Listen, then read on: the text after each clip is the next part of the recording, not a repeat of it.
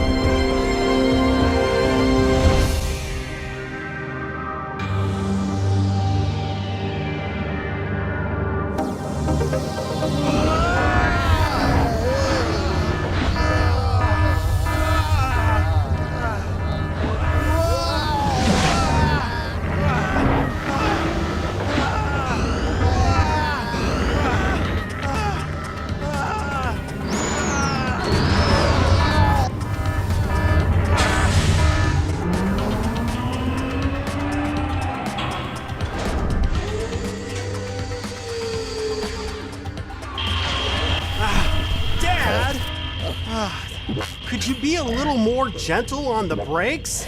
You almost woke up the baby. Baby scaby, I've got a job to do. You know, these asteroids are not going to drill themselves. Huh? Hey, he paid me a lot of calamari flan for this sitting job. Why in the universe do you need spending credits? I provide you with all you need, you spoiled rotten Vakuma. Mr. Steambolt, Flimflam is saving up to buy the new Hasbro Pulse Star Wars Vintage Collection Carbon Freezing Chamber playset. Yeah. Another toy? Don't you have enough toys? Your room already looks like an ancient Toys R Us ruins from Earth's past. Dad, leave my toys out of this. Just please fly a little less crazy. I'm about to start my show and I don't want a green floppy-eared baby crying during our review. And just how long are you planning on running this daycare, Senna? On my ship? Mine, I tell ya. Mine! Don't worry, Mr. Steambolt. The Metalhead Man said he had to pick up a guy and he'd be back in like 30 minutes. I think he might be an Uber driver or something like that. Isn't that right, Flimflam? Yeah, something like that, Gorky. Look, Dad, don't get your wires all tangled up in a bunch. As soon as the guy gets back and picks up the child, I'll get paid and you can get back to driving like a Perithrin bat out of Sofacorp. Watch your mouth, you scrawny tubling! Flimflam, it is time to start the show in 3, 2, 1. Hey all you humans! Hey. Do you like old Western films, gunslinging, horseback riding, bounty hunting, and heists? How about samurai movies? A single hero joining forces with an unlikely ragtag team to protect the innocent. And I'm guessing you like Star Wars. Spaceship, blasters, droids, planets, and hokey religions. I certainly hope so. Well, if you like all three of those movie genres, then we got a treat for you. Gorky and I are going to talk about The Mandalorian! This is a Lucasfilm and Disney production. is the first live-action series in the Star Wars franchise. Wow. In 9 ABY, The Mandalorian takes place 5 years after the events of The Return of the Jedi, 4 ABY. Flimflam, what is ABY? ABY stands for After the Battle of Yavin. Oh. And BBY stands for Before the Battle of Yavin. That was the event that took place in Star Wars Episode 4, A New Hope. You remember when the first Death Star blew up Princess Leia's homeworld of Alderaan? Oh, yeah, right. Okay, so in The Mandalorian, Darth Vader and the Emperor are dead, right? Yep. Well, not exactly correct. Vader is dead and somehow a Force ghost, and Palpatine is, well, I guess he's still alive. I think. Still trying to figure that one out. I'm confused, Flimflam. You're not alone, Gorky. You're not alone. Okay, back to The Mandalorian. The first season is only 8 episodes, and each episode is not your typical show length. Each story is packed with rich storytelling and plenty of pew-pew action. Pew pew.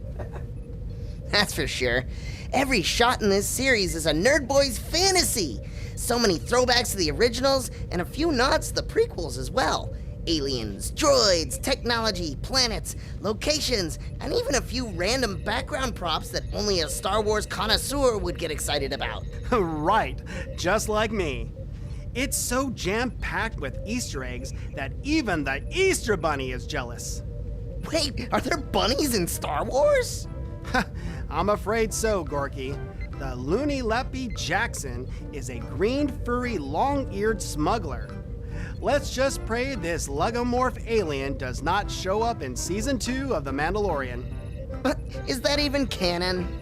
I'm not even sure. But I've been told it is canon. Look, this is not important, has nothing to do with this review. I don't care what some Marvel Comics Space Jam wrote in is canon or not. Gee, I don't want to split hairs with you, Flimflam. Let's move on. Thank you.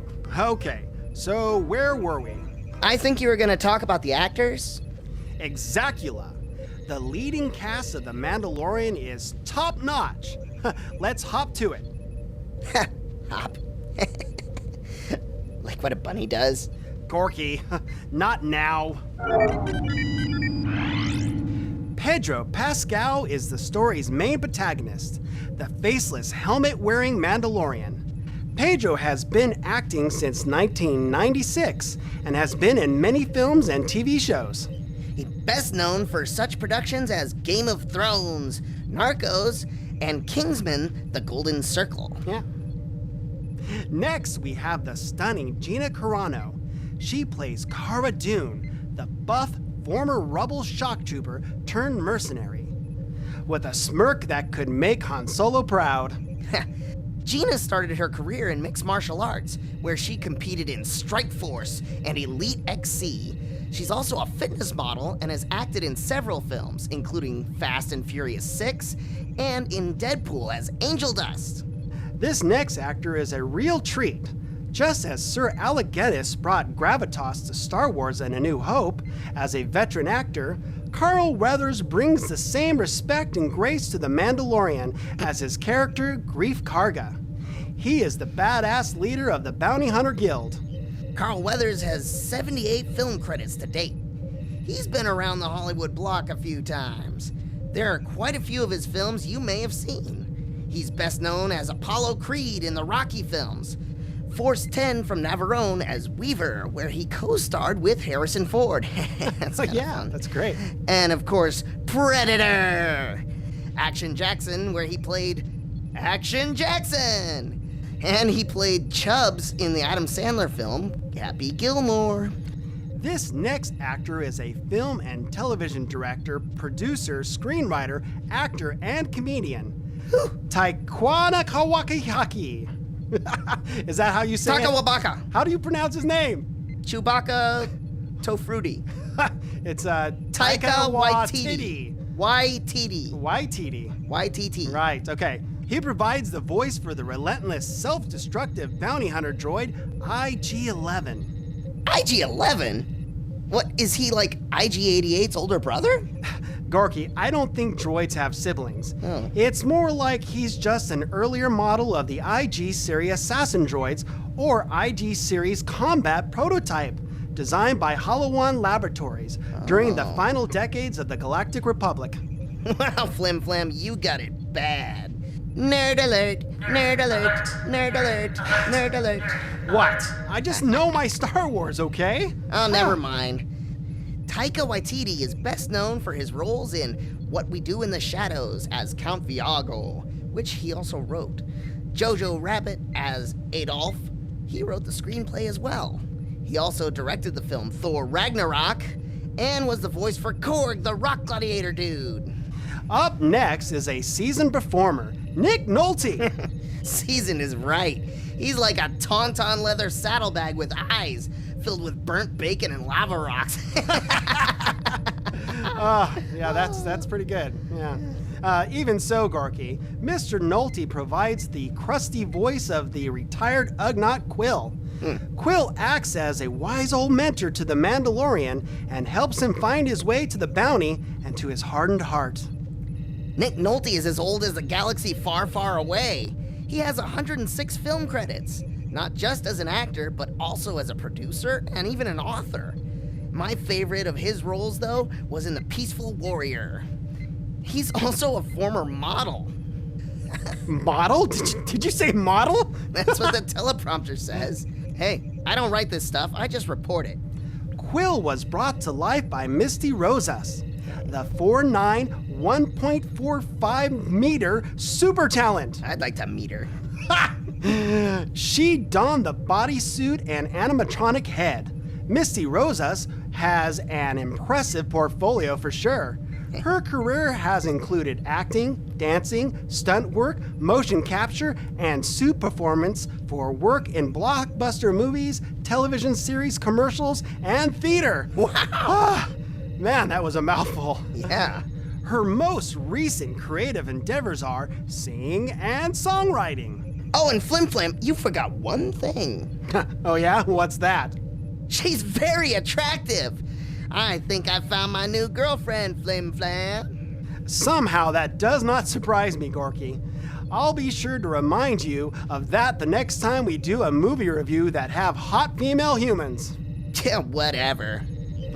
This is the part where we get into some spoilers. So stop this video and go watch The Mandalorian and come back and learn more about the supporting cast and directors. Yeah, we don't want to ruin any surprises, like when we found out that C-3PO's father was Darth Vader. Gah, that was hard to believe. I cried for a week. Whew. Oh. Yeah, pretty rough. Like Gorky said, we don't want to spoil your fun. So we'll wait right here. See you when you get back.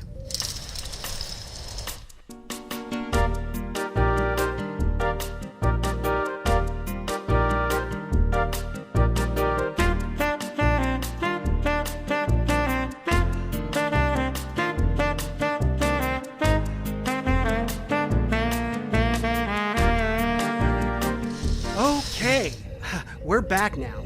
Well, what you guys think? Not bad, huh? Mwah. Gorky, Gorky, oh, what's in your hand? What in Zulu are you doing? Nothing, Flimflam, just practicing our first date together. Gorky, put that thing away. Let's get back to the review, please. Sorry, you're just jealous. Mwah. Jealous is not the word I would choose. More like creeped out. Where'd you get that picture anyways? I have my ways. I'm sure you do. Okay, back to the review. Chapter 1, The Mandalorian. Like we said before, The Mandalorian takes place 5 years after the Battle of Endor and Vader is dead. The Empire is falling apart and the New Republic is taking roots. This story is focused on a lone blaster slinger taking bounties and cashing them in for credits. Right! He's also a Mandalorian, an ancient creed of warring people from the planet Mandalore, of course, which have died out thanks to the Empire. But there are a small group of them hiding out, scraping by to survive in hopes of having a comeback. When we meet our hero for the first time, he has located his bounty, a wisecracking fishman, and takes him in alive by freezing him in a block of carbonite.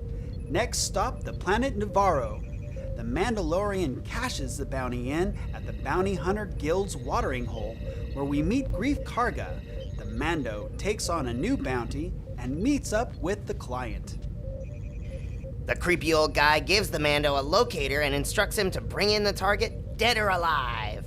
But Dr. Pershing, a spectacle-wearing clone doctor, stresses that they want him alive. Mando is paid up front with a rare metal called Beskar and wishes him luck. The Mando takes the Beskar to an underground Mandalorian hideout and has a blacksmith make him a new piece of armor. He gives the rest of the rare metal to the clan. The Mando flies to another Star Wars desert planet and meets Quill, the Ugnaught. Quill helps the Mando locate his target. From there, he takes out a bunch of Nikto bodyguards and joins forces with IG-11. The two find their target and find out it's a small child that looks like Yoda. IG-11 was hired to kill the child, but ended up with a blaster hole in his head. Chapter 2, The Child. On the way back to his ship, the Razor Crest, the Mando gets ambushed by Trandoshan bounty hunters, but he disintegrates them quickly. When he gets back to the ship, he finds it being dismantled by red-eyed Jawas. He picks them off one by one, but they manage to escape on their sandcrawler. The Mando chases them down and tries to ascend the crawling fortress. Just like in the 1992 NES Super Star Wars game, Level 3! Yeah, just like it. Oh yeah. Only to be defeated by Jawas throwing junk at him and shooting him with a handheld ion blaster. From there, he heads back to Quill's pad and asks for more help. Quill takes Mando and the child to bargain with the Jawas for his ship parts. The bargain is made, and Mando has to fight a Mudhorn to confiscate a hairy Cadbury egg for the Jawas to devour. Mando and Quill spend the day and night putting the ship back together so that the Mando can drop off the child and get some more of that sweet Beskar. Chapter 3, The Sin. The Mando flies back to the planet Navarro to deliver the child. The client displays a 1970s ice cream maker, and inside is a payment of 20 bars of Beskar. The child is given to Dr. Pershing. The Mando departs to acquire another bounty job from Greef Karga, but even before taking off, he feels remorse for leaving the child in the hands of the Empire. Right, so he goes back to the compound and retrieves the little green squirt. Oh, it's okay. It's okay. Sorry, buddy. Huh, I didn't mean it. Okay, shh. Go back to sleep. The Mando blasts his way in and takes out all the grimy stormtroopers like a boss. He finds the child strapped to a lab bed, ready for a checkup from Dr. Ball. Mando blasts the Spear of Doom and spares Dr. Pershing's life. Now that he's got his baby back, he tries to nonchalantly walk back to his ship as if nothing happened. But he's ambushed by all the other bounty hunters and Greef Karga. Mando tries to fight his way out, but he's quickly overwhelmed. Just when you think it's the end for old Domehead, a gaggle of Mandalorians fall from the sky and start taking out the remaining baddies, allowing Mando and the child to escape. That was a close call. Yeah. Okay, Chapter 4, Sanctuary. Mando and the child decide to hide out on the sparsely populated forest planet Sorgon, looking for a place to stay and to sample some bone broth at the local beach hut deli. The Mando spies a suspicious character and gets into a full-out brawl. The two fighters are evenly matched, and then they call a truce. Mando's opponent is an ex-rebel shock trooper turned mercenary, Cara Dune. Also a wanted man, I mean woman. Having too many wanted people in one place is probably not a good idea. She told Mando to take his baby and go. Just before takeoff, the Mando was greeted by a pair of doofy blue krill fishermen. Their village is being raided by a band of dog-faced Klatooinian raiders, and they want to hire the Mando to take them out. Reluctant to take the job on by himself, he asks Cara Dune to join him in the fight. The trio make it to the Krill village and find out that the Klatooinians have an ATST, Chicken Walker, which will make it harder to stop the raids. The village people don't care.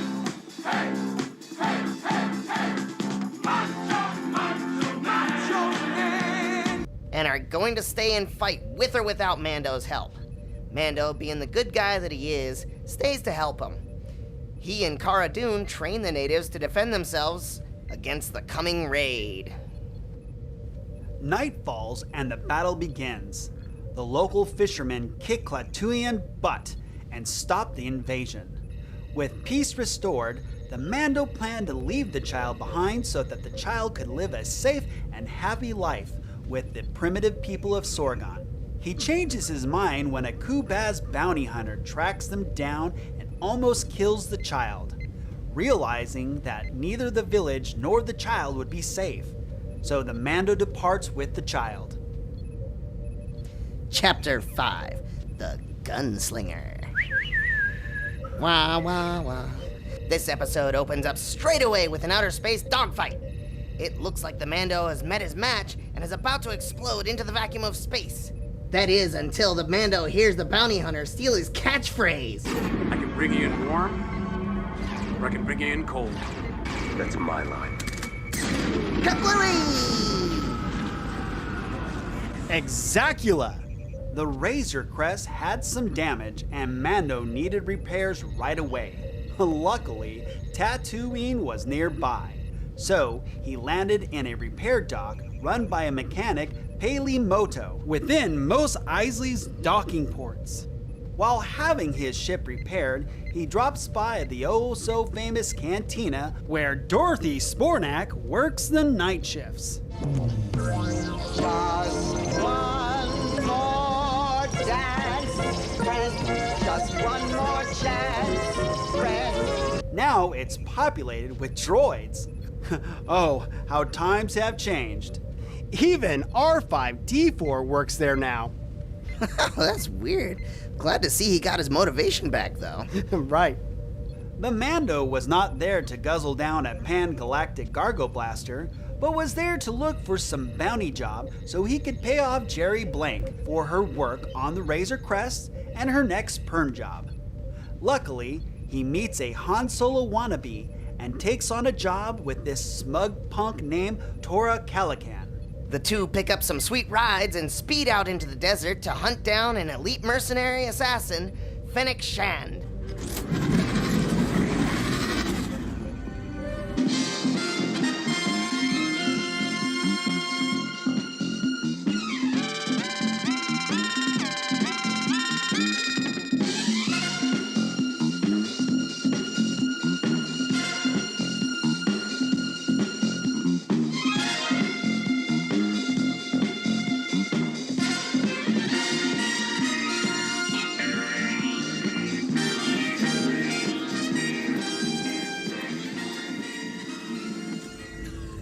Toro and Mando manage to capture her, but one of the speeders gets damaged in the pursuit. In order to get back to the city with their captive, they'll need to find a mode of transportation other than just one speeder. Well, you know what they say. Two's company, three's a crowd. Is that what they say? Yep, that's what they say. John Ritter?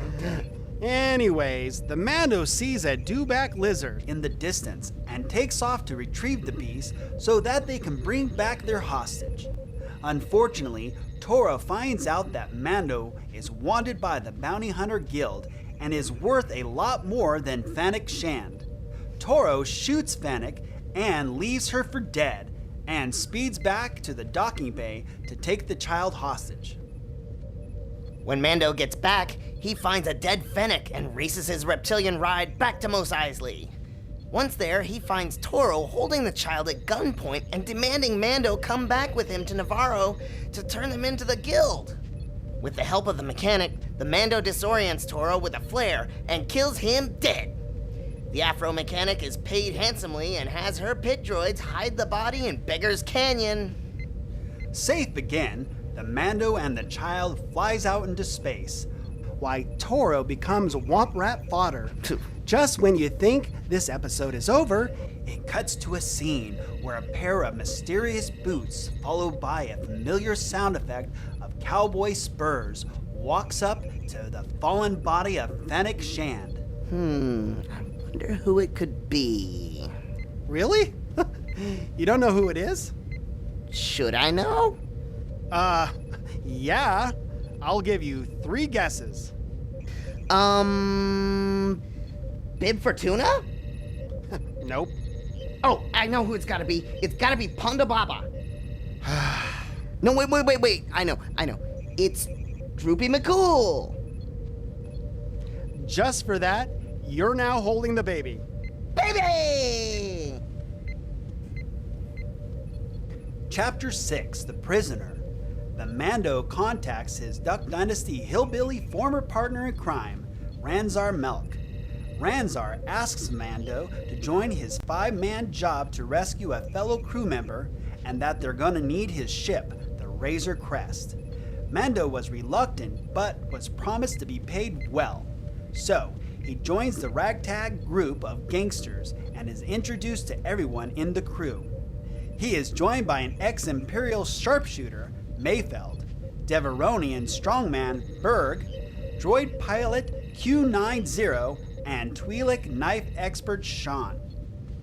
Mando is pissed when he finds out they're breaking into a New Republic prison escort ship and claims it's too risky of a job. But it's too late, and the best thing to do is get the job done and get out of there. The motley crew is confronted by an onslaught of New Republic security droids and is almost defeated until the Mando decides to jump in and use his mighty Mandalorian fighting skills and brutally disarms the droids and deactivates the unit single-handedly. The prisoner ship was supposed to be manned with only droids, but when they reach the command deck, it is captained by a human security chief, which triggers an alarm beacon before being killed by the crazy knife-throwing Twi'lek. Now that the New Republic is on its way, there is no time to spare and they must release their caged friend and get the heck out of there. Turns out that the one being rescued is an old ally turned enemy of Mando's, a Twi'lek named Quinn. In a past mission, Mando purposely left Quinn behind to be captured. Mando has been double-crossed and is thrown in the cell so to be captured and take the blame for the heist. But Mando escapes with ease and hunts down his rivals, defeating them one by one.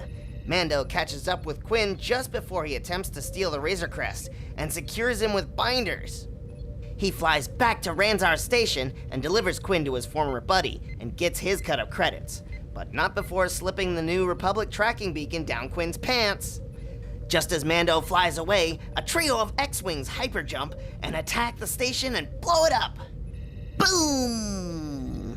Before the credits roll, we cut to a scene where we see Mayfeld, Berg, and Sean are revealed to be locked up in a cell on the prison transport, having been spared by the Mandalorian.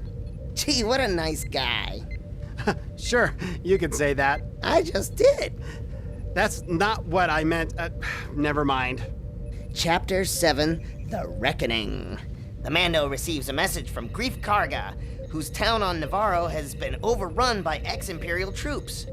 Greef Karga makes a deal that the Mando use the child as bait in order to take out the client. When done, Greef Karga will square things up with the guild, allowing the Mandalorian and the child to live in peace and harmony. Sensing a trap, It's a trap! the Mando calls up some old friends, Cara Dune and Quill, to assist him. Quill demands to bring 3 blurgs, and a new friend for the ride. A rebuilt and reprogrammed IG-11, where we are treated to an awesome 80s montage of Quill bringing IG-11 back to life. You're the best around. Nothing's gonna ever keep you down. You're the best around. And nothing's gonna ever keep you down. You're the best around. Nothing's gonna ever keep you down.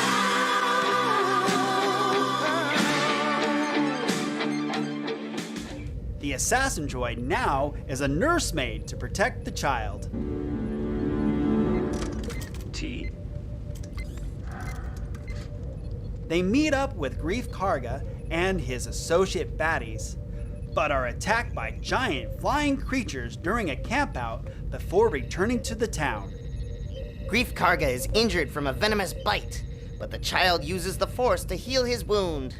Feeling remorse, Grief Karga kills his associates and confesses his original plan to kill Mando and take the child back to the client. Grief Karga pretends that Cara Dune has captured Mando, while Quill returns the child to the Razor Crest on his trusty blurb. Grief, Cara, and Mando are now discussing the terms of the deal when Moff Gideon's troops open fire on the building and kill the old Imperial fart and his bodyguards, trapping the Mando and his company inside. Gideon arrives in his dope Outland TIE fighter, demanding the child. Meanwhile, in the desert, two witless scout troopers intercept the Mando's call to Quill and track down the selfless Ugnaught, killing him before he can reach the ship. The biker scouts swoop up the child and zoom back to the city. Oh man, Quill is dead. Yeah, I'm afraid so, Gorky. A moment of silence, if you please.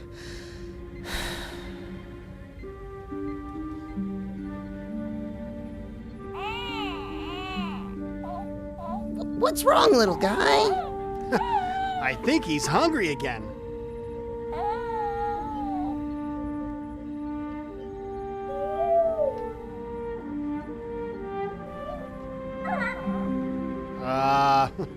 There you go.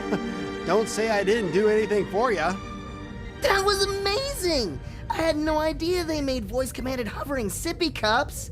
That is so high-tech. Maybe I should have asked for a bigger payment. Anyways, we better get back to the show's review. We're almost finished, and the baby's guardian should be back soon. The last chapter, 8, Redemption. The Tweedlebrother troopers wait idly by, hoping to hear back from their command when to bring back the prize. Bored from boredom, the two scout troopers harass and abuse the child. Before things get out of hand, IG-11 comes to the rescue and beats down the two boobs. Flimflam! You can't say that word. There's a baby here. Gorky, I'm not talking about those kind of boobs. Jiggly parts. The word boob can also mean dummy. Besides, babies love boobs. Oh, okay. Well, I guess that's why this guy likes you so much. Gideon warns Grief, Cara, and the Mando that they face certain death unless they turn over the child. It looks like there's just no way out of this pickle. IG-11 arrives just in time with baby in tow and breaks the standoff. Gideon injures the Mando with a laser bolt to the head. They all retreat back into the building. A flame trooper is called in. Hello? And corners our heroes. The child uses the Force to deflect the attacking stormtrooper's flamethrower back on him. Mando tells the others to take the child through a sewer grate to find help from the Mandalorian Enclave, while IG-11 removes the Mando's helmet for the first time in the series. We get to see the human face of our altruistic champion, Din Djarin. The droid tends to his head injuries using Bacta spray, then joins the others, only to find that the covert group of Mandalorians are all dead, except for the armorer. She tells Mando to care for the child like it's his own, discover its origins, and return it to its kind. The armorer fashions him a signet, and gives him a sweet jetpack. The group escapes down an underground lava river, but are ambushed by stormtroopers. IG-11 self-destructs to eliminate the threat, but Gideon attacks them in his TIE fighter, and Mando uses his new jetpack to bring this craft down. Now safe, the team says their goodbyes, and Mando leaves with the child in the Razor Crest, while Greef Karga and Cara Dune stay behind. But just when you think it's all over, it cuts to a downed TIE fighter. Moff Gideon survives and cuts himself out of the ship with the Darksaber.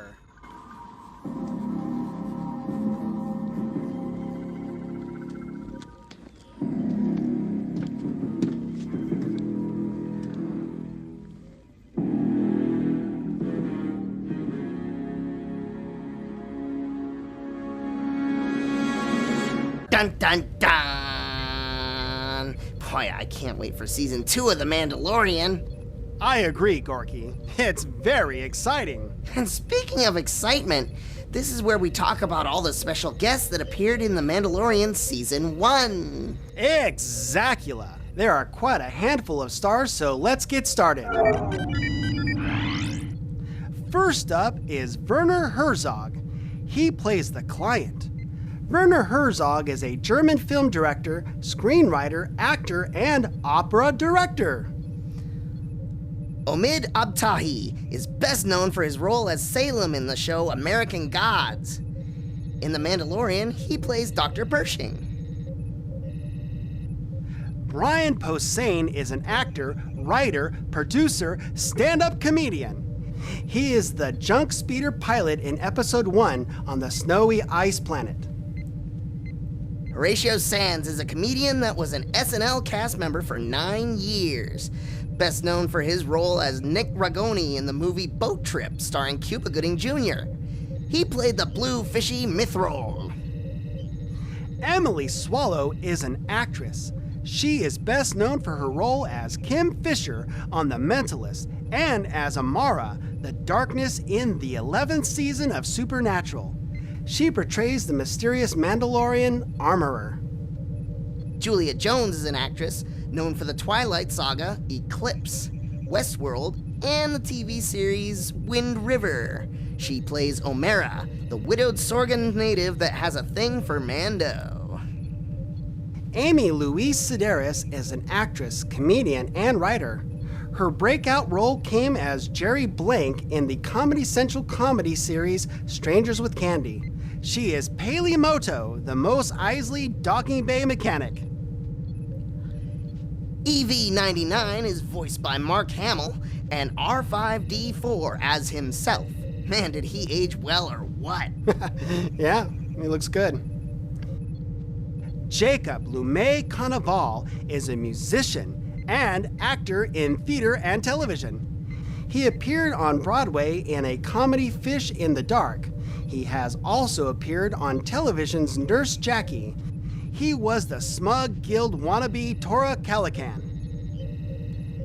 Ming-Na Wen is a talented actress. Wen is best known for her starring role as Mulan Fa in the animated Disney films Mulan and Mulan 2 Electric Boogaloo, and as Melinda May in the ABC superhero drama series Agents of S.H.I.E.L.D. She portrays the elite mercenary assassin Fennec Shand. She's also the voice of Finn's mom in Adventure Time. Oh, that's a great animated series. I think so. Yeah. Mark Boone Jr. is an actor best known for his role as Bobby Munson in FX Sons of Anarchy, Christopher Nolan's Memento, and Batman Begins. Other film appearances include Die Hard 2, Too Fast, Too Furious, and his role as Patrick Pat Brown in the TV series Last Man on Earth. He plays Ranzar Melk, Mando's former partner in crime. Bill Burr is a stand-up comedian, actor, and podcaster. He created and stars in the Netflix animated sitcom F is for Family, played Patrick Kuby in the series Breaking Bad, and co-founded the All Things Comedy Network. He's Mayfeld, the ex-Imperial sharpshooter, not a stormtrooper. Clancy Brown is a veteran actor and voice actor. He is known for his work as the Kurgan in Highlander. Byron Hanley in The Shawshank Redemption, Sergeant Zim in Starship Troopers, Darth Maul's brother Savage Opress in The Clone Wars, and Mr. Krabs in SpongeBob SquarePants. He portrays the horny Deveronian thug Berg. Richard Ayoade is a comedian, film director, screenwriter, television presenter, actor, and author. Best known for his role as the socially awkward IT technician Maurice Moss in the sitcom The IT Crowd. He plays the arrogant Q90 droid. Natalia Tena is an actress and musician. She played Nymphadora Tonks in the Harry Potter film series and the wildling Osha in Game of Thrones. Tena is also the lead singer and accordionist of Molotov Jukebox. She plays the crazy Twi'lek Shan. Ismael Cruz Cordova is a television, stage, and film actor who gained national attention playing Mando, no relation, on Sesame Street. Ismael also had a successful role in the series Ray Donovan and in the 3rd season of Berlin Station as Rafael Torres. He plays the Twi'lek baddie Quinn, Shan's brother or lover, I can't tell. It's weird. You'll have to judge for yourself. Next is a Star Wars favorite, Matt Lantern. He is an actor/model. He gained fame by playing Liam Court in the CW teen drama series 90210, a spin-off of the 1990s Fox series Beverly Hills 90210. He also appeared in some major release films, such as Disaster Movie, War Games, The Dead Code, Sorority Row, Vampires Suck, The Roommate, and he is best known by Star Wars fans as the voice of Anakin Skywalker in the Star Wars Clone Wars and Star Wars Rebels. Giancarlo Esposito is an actor, director, and producer, best known for portraying Gus Fring in the series Breaking Bad. He's the #1 darksaber-wielding bad guy, Moff Gideon. And last, a few honorable mentions. 4 of the Mandalorian directors got a cameo. Jon Favreau plays the Mandalorian Paz Vizsla, who also voiced Pre Vizsla in the animated Star Wars Clone Wars series. Not sure if they're related, but I'm guessing yes. Also, David Filoni, Rick Famuyiwa, and Deborah Chow got to play the New Republic X-Wing pilots in Chapter 6, The Prisoner, as Trapper Wolf, Jib Dodger, and Sash Ketter. Wow, that's exciting. Well, I hope they make some action figures of them. I'm talking to you, Hasbro. Is that it? Are we done? Why, are you in a hurry to get somewhere? No, not really. It's just I think that the baby might need a diaper change. Oh, holy hatties! I think you're right, Gorky. It smells like a rotten swamp toad in here. Yeah.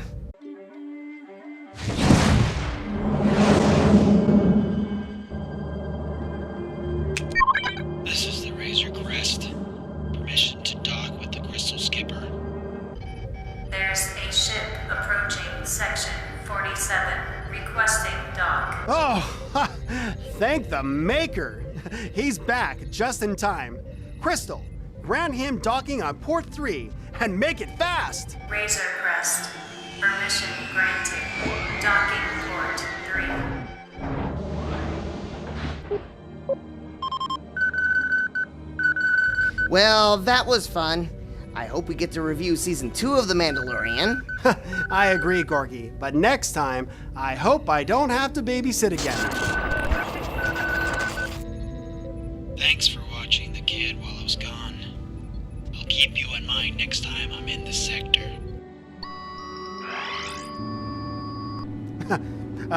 Yeah, sure. Anytime, buddy. It was, no problem. But Flimflam, you said... Gorky! Shh! Just let it go, okay? Transmission concluded.